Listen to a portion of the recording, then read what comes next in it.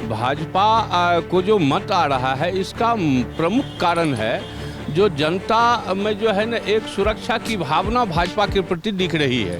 जनता का जो बेसिक जो करिकुलम है ना वह साफ नज़र आया है पूरा हरियाणा चुनाव में। 60 साल के राजनीति में कांग्रेस परिवेश से जनता ठगती हुई नज़र आ रही है। नमस्कार, आप तमाम लोगों का स्वागत है सौगंध टीवी पर।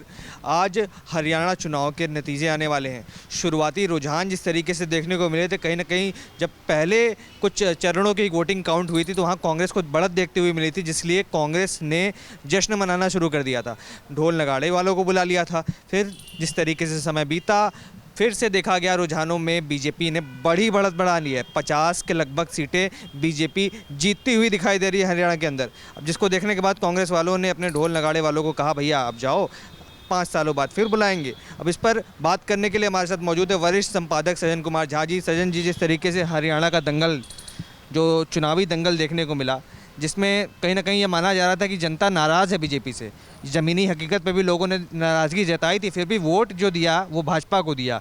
क्या अहम मुद्दे रहे होंगे, क्या सोचकर भाजपा को फिर से जिताया? क्योंकि 10 साल सरकार चलाई थी, सीएम भी बदल दिया था, तो इतने ही सब होने के बाद भी भाजपा दोबारा चुनकर आई। किस तरीके से देख रहे हैं? देखिए, दरअसल जो चुनाव का रुझान है वो कोई विधानसभा का नहीं, लोकसभा से ही आ रहा है। जनता ने कहीं मन बना लिया है। सुरक्षा के दृष्टिकोण से भाजपा को जो मत आ रहा है इसका प्रमुख कारण है जो जनता में जो है ना एक सुरक्षा की भावना भाजपा के प्रति दिख रही है, वो रुझान में तब्दील होते जा रहा है। और मतलब बार बार मान लीजिए किसान के प्रति, ये के प्रति जो है ना थोड़ा विभेद हुआ, लेकिन वो कुछ हरियाणा में देखने को नहीं मिला। लाख ये एग्जिट पोल वगैरह जितना चीज़ होता है, मैं तो कभी नहीं मानता एग्जिट पोल पर, वो तो फजूल की बात है और जनता को उलझाने वाली बात होती है। जनता का जो बेसिक जो करिकुलम है ना वह साफ नज़र आया है पूरा हरियाणा चुनाव में।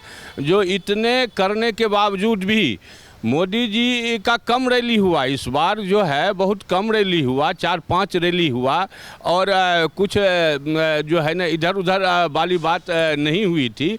बेसिक बात भाजपा के लोगों ने किया और साथ ही खट्टर साहब को बदलने का भी एक था तरीका। चूँकि सैनी समाज जो है हरियाणा में बहुत बड़ा फैक्टर है और सैनी समाज को आगे करना भाजपा के लिए ज़रूरी भी था। और इसलिए चूँकि जाट भाई शुरू से ही भाजपा के साथ थे, ऐसा कुछ नहीं था। जो किसान का जो कुछ समस्या हुआ तो फिर उसे भाजपा ने सल्टा भी, बहुत हद तक की बात की। रोज़गारों की जहाँ तक बात है, 1.25 लाख नौकरी भी वहाँ इस पोजीशन में बहुत जल्दी किया वहाँ फाइनल नायब सिंह सैनी ने, जो बहुत महत्वपूर्ण मुद्दा था हरियाणा के लिए।